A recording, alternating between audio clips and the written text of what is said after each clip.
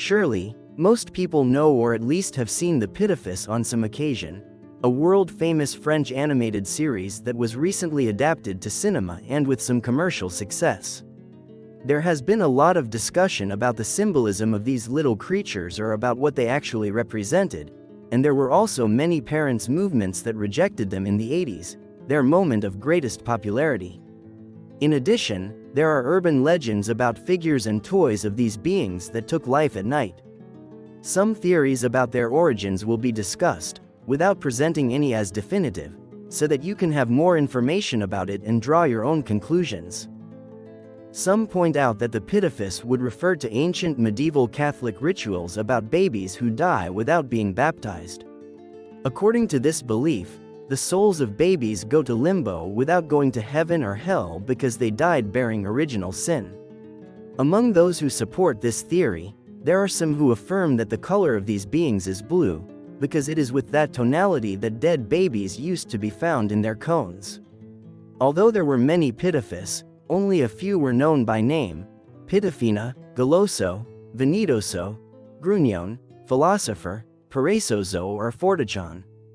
Clear references in these characteristics can be seen to capital sins such as lust, greed, pride, anger, envy, laziness or gluttony.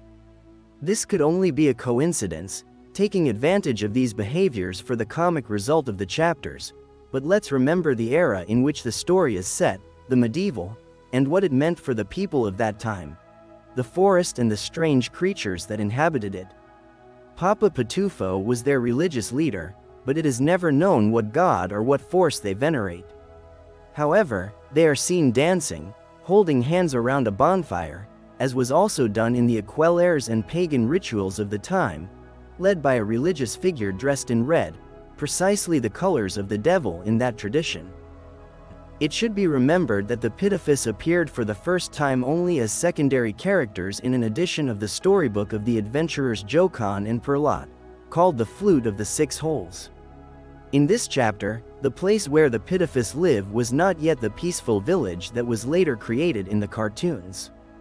It was a place much less happy, a dark place called the Cursed Country. Another important detail is that the new Pitufos were born after each blue moon, an event that occurs once or twice a year and that coincides with Walpurgis Night and All Saints' Night. These are dates on which pagans and witches gathered to hold Sabbath parties or invoke Astaroth, the demon in the form of a male goat. Also, the fact that there were only men and a single woman, and that there was a Papa Pitufo and not a mother, has raised rumors about whether the village could represent a kind of utopian homosexual population. However, although all the details mentioned could seem to be simply a work of chance, there is another one that may be difficult to refute. Gargamel, the villain of the story, the enemy of the Pitufos who spends his life devising ways to capture them, although it is never clearly explained what he wants to do with them, and the reasons given change as the series progresses. Gargamel has a cat who is his scout in this life dedicated to fighting the Pitufos. Azrael is precisely one of the names that the Angel of Death receives among the Jews and Muslims. It has permission to receive the souls of the dead and lead them to be judged. Azrael was initially known as Azra. During Paleo-Christianism, he received the name of Esdras, the prophet who prophesied the arrival of Christ. In his angel rank, Azrael would have as a mission to calm souls in a state of transition, and in this task he was erected as an angel of death. Definitely a peculiar name for an evil cat in a children's cartoon, and one more relation to the version of the dead babies. The details around Gargamel themselves are even more curious. He is presented as a kind of sorcerer, but with a monk's dress and a bald spot on the top of his head. That is, Gargamel is physically presented with the exact appearance of a religious, of a Dominican monk to be exact. The motto of the order is Laudaire, Benedicere, Predicare, praise, bless and preach. The house where this character was hiding has the appearance of an old abandoned church, coinciding in shape and style, as it would only need a cross. Finally, Gargamel has a superior, Baltasar, who hates the Pitufos even more. Note that Gargamel kisses Balthasar's ring when he sees him, and he dresses in purple. That is, Balthasar is probably a bishop. The coincidences begin to appear too numerous, and there are many investigations on the web with theories and speculations. It may be then that the Pitufos represent something demonic, or that they have been used to make a kind of criticism of the Catholic Church.